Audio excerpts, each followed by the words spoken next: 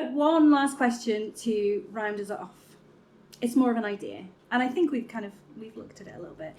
But what would Wrexham look like if women's voices were truly heard?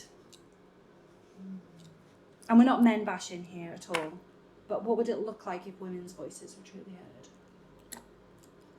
I think there would just be safer spaces to go. Like, there would be more seating areas. There would be more... I mean, I think they do exist. I think the main difference would be we would know, because word of mouth, we would pass it on a lot more. I think they're all safe places in town. We had a girl actually during the Theatre Wales project come up to us while we were kind of in the prop room and just go, "Can I stand with you for a few minutes?" It's like, yeah, absolutely. Why? And then we all got on guard and we all checked it out and made sure she was safe. But I know there's safe spaces in town, but do the girls at college? Yeah. When have they sat down and said, actually, I mean, the boys, I'm not saying the lads don't need to know as well, but they kind of hang around in groups more. They're kind of more of a pack, boys, whereas girls don't always have that opportunity. And I know that I'm going to sit down my eldest quite soon, because she does go into town, and we start, she knows there's somewhere in Eagles Meadow, she knows there's somewhere on Island Green, there's somewhere, and it's generally places I have worked over the years that the management haven't changed or somewhere, and it's like, right, you go into there and you ask for them, and you say you're staying in the shop until I get there, or she hasn't been to town yet where I haven't been in town as well, so she knows within minutes I can get to her. All she's got to do is phone me. How old is she? 12. Right. So it's getting to the stage where, I mean, I'm not with her, so there is, we've been to Comic-Cons recently as well, and she's literally gone off on her own, and it's like, right, we'll meet back here so I can feed, okay, you're going to feed me, I'll turn up. But there's always that connection of, I've sat down and said that to her. Now, if mums, parents, carers don't know about these safe spaces, the youngsters that are going into town don't know about them either. No. I mean, she won't go to McDonald's. There's absolutely no chance she goes. And it's not because of the food. It's because she's been in there when it's been rowdy, when we walk through town in an evening and gone, all right, we'll go in. And she's just too anxious and won't go in there ever again. Very busy, very loud, very overwhelming, isn't it? I won't go to one in town, scares me. Yeah. No, she won't at all. So there's a big difference with a bigger female presence would be better communication. I think we're so much better at communicating, and I don't mean sitting down and having the moan about the husbands and life and all of that, but just, oh, do you know that this is opened, or things we've talked about here and talked about chapter court opening and things like that, and we seem to be more observant about what's going on and what's coming up. Whereas instead of what's now, sort of. Yeah. There seems to be, we're always, because we are, right, okay, so kids have dropped off at school, I have to go to work now, but what are we having for tea? What time does that happen? And we're already always in the future. And I think it just happens with everything, and we're always 6 steps ahead. Never in the moment, but always 6 steps ahead. So we're always thinking and planning and talking to each other a lot more. But we're not necessarily doing there's a lot of talk about men having their places in the Andy's Man's Club and things like that, and I agree, absolutely, it's necessary. Yeah.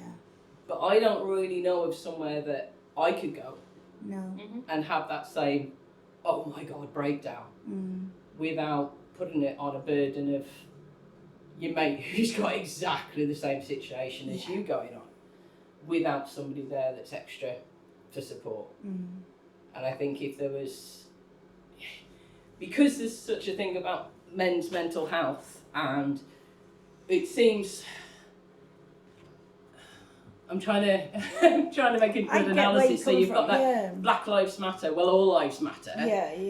If we came out with a campaign, well, women's lives matter too, or their mentality works too. It's like we're belittling the man side of things, and we're not. We're just actually saying what is there for us. And I think if it was a more female-run community, there'd be more of that without having to. They have like knitting groups and stuff like that in the community. That's what I was going to say. They've got a theme, haven't they? But if you don't knit, they all say everyone's welcome and new beginners and everything like that. Like you can go and like you can start to knit. But actually, like, what if I don't want to start to knit? I just want to go somewhere.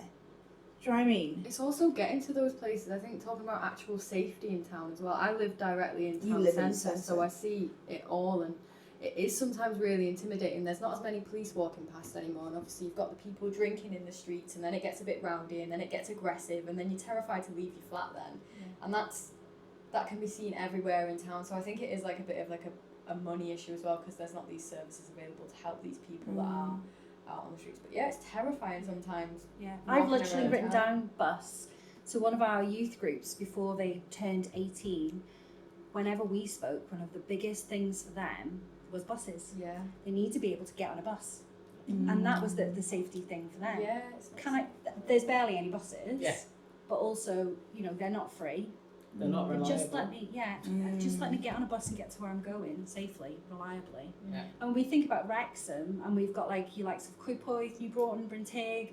I'm just referencing these places because they're where I know. I mean, there's very little connection to get people from, those more rural areas into town and back safely. Yeah.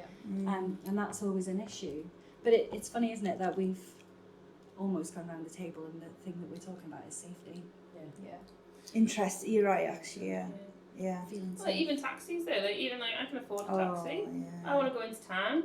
You can't get one past 11 o'clock at night. Like I've been literally stranded at 4 a.m. in town. I don't even drink that much. I just can dance.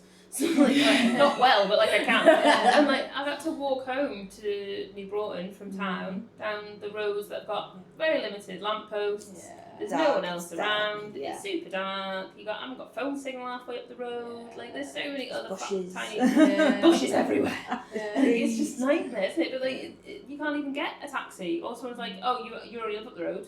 Yeah. So we're not going to take you because it's not worth the fare. And you're like, well, this is a ridiculous situation to even be in. And then you've got friends who are offering to walk you home. And you're like, it's like 4 miles away from your house. Well, then who's going to walk you? Who's going to walk you back? Yeah. You're like, oh, we're stuck in a loop now. Let's just walking from house to house until the daytime. I know when Yellow and Blue were open, they had, because it was when Andy's Man Club first sort of came to Wrexham, they set up an initiative for women, didn't they? And it was like a women's group, but I don't think it was very well attended. And then that Inspire group came about on a Wednesday, but I think that's for women and men. I don't think there is anything, but I think the Yellow and Blue people did try and set up a women's group. I just don't think it went anywhere. And obviously Yellow and Blue closed down now anyway, which I think has been quite a big loss to the community. Because I think, and especially we're going to notice it at Christmas. That's when we're going to notice it, because they did loads for kids in the community, and they did a lot of let's give out all these presents, and they did loads of stuff. So it's such a shame they moved. It was just. I mean, I know it was the building's fault. That's why they went. Yeah. But the fact it did move, it was right next to Hemless. It was in the community. Yeah. You could go past it. But people weren't using it. People weren't coming. They were coming more than they did in Eagleshead. Yeah. It was. The thing about these services is that they not just Yellow and Blue. I think across the board services, even like I don't know if they're called civil services and stuff like that as well, aren't they? But like, it's got to be consistent. Yeah. Because otherwise the community doesn't get the opportunity to build trust. It's got to be sustainable, because if there's even the inkling that it's going to go under at any point, people don't give their time and attention to it, because they're like, why bother? Because there'll be something else in 18 months. And then if you perpetually do that, then now you're at a point where you've got a community that doesn't trust half these services to function. And then you don't make the plans that rely on them, because you just don't, and then you're out of the conversation. And I think women in particular are affected by the lack of those services quicker in the community because we tend to have to rely on them more. Yeah. And on the other side, I think, comes down to funding. So you're getting funding. They want you to get so many people through the door doing so many things by a certain amount of time. Yeah. But like you're saying, it's the same in this job. It's all about relationships, and it's all just about building up, and that the pattern. It's got to be open to everyone as well. Like VoiceBox was saying earlier, like anyone can turn up to VoiceBox. Whereas I think there's some sort of like maybe parent groups that's like it can be cliquey, and it can be quite off-putting because it's like, well, I want to go to this with my child, but who am I going to speak to? What am I going to do? And that's what I mean. There needs to be more. But then what you do as a single, like not a single, but like if you're not a parent and you're struggling with your mental health, where then like there's a lot of mum groups and stuff, but actually what about the ones that actually I'm not a mum yet, or I don't want to be a mum, or there's, do you know what I mean? All these different things. Like, well, where'd you go? Yeah. Do you know what I mean? It's interesting. It'll be interesting for me to watch this back and see like the themes. You're right about safety. That's sad. The biggest thing. It is. It would make things so much better if you felt safe. I went to took my two to Llangollen last weekend. We went to see Into the Woods by the Operatic Society. Great. Went by bus, got back on the bus, scanned my barcode, and it was declined. And I was like, right, I bought these tickets today, what's going on? Oh, you bought the Wrexham ones that only takes you to the Duke of Wellington. Like, so I'm here, so what do I do now? Do I pay for more? And I ended up, didn't Karen it, but went as far as, right, so where on there does it tell me which bus driver it is? So when I message Ariba to say, can you tell me what's going on? Do I need to pay more? And he went, no, love, just get on. But he was going to stop me. Now, if that had been 3 kids who had gone and they'd spent every penny they'd got, and they went, no, sorry, you can't. Yeah. I don't drive, I couldn't come and fetch them. No. It would be, I don't know. I do know someone in Llangollen, so it would be a matter of like, right, go and knock on their door, borrow a fiver, and come back. But you're still relying on other people when that bus driver should have never sold that wrong ticket in the first place. Which is again safety, because we could have been, I could have spent up literally every penny I'd got on my card or whatever, and that was a loss. Yeah, and he may not have let us get on, and then I'm. Do you reckon he's only let you on because you've actually said something? Because what in the situation if you were like, oh my god, like if it was me, for example, because I've got anxiety, I'd be like, oh, okay then, and then I don't want other people on the bus watching this conversation. That's what most young people would do, especially young women. So you'd be like, oh, okay, I'll just leave, and then what? Do you know what I mean? And like, battery on your phone only lasts a certain amount of time. If you've got no battery, you can't get home. What, you are stuck, and what happens in that situation? Like, what don't even get started on toilets. Why is there no toilets anywhere? Yeah. What bins. is that? I've noticed a lack of bins lately. We don't have bins anymore. Lack of bins. But again, this all comes down to trust, isn't it? So, like, if you go back to Llangollen, that'll be the first thing you think about now. It will. Yeah, it will be. It'll be like, oh my God, I need a Wales home. ticket. Can I have 3 Wales tickets? It puts people off. Yeah. And then you become in a cycle, then you've got a breakdown of trust, so you've got mistrust. Yeah. And then people don't come out and do things. And then we're stuck again being like, oh, well, no one comes to anything and no one comes out for the services that are provided. You're like, well, I'm not surprised. Yeah. It's a spiral. I saw something the other day that there was someone that put on the Penakai thing on like Facebook, and it was like, they're a mum with kids, and they were like, they've just cancelled all the buses till like 9:10 at night. Yes. And did you see that as well? Yeah. And they were like stuck in town. They were like, and I think they had to get a taxi in the end.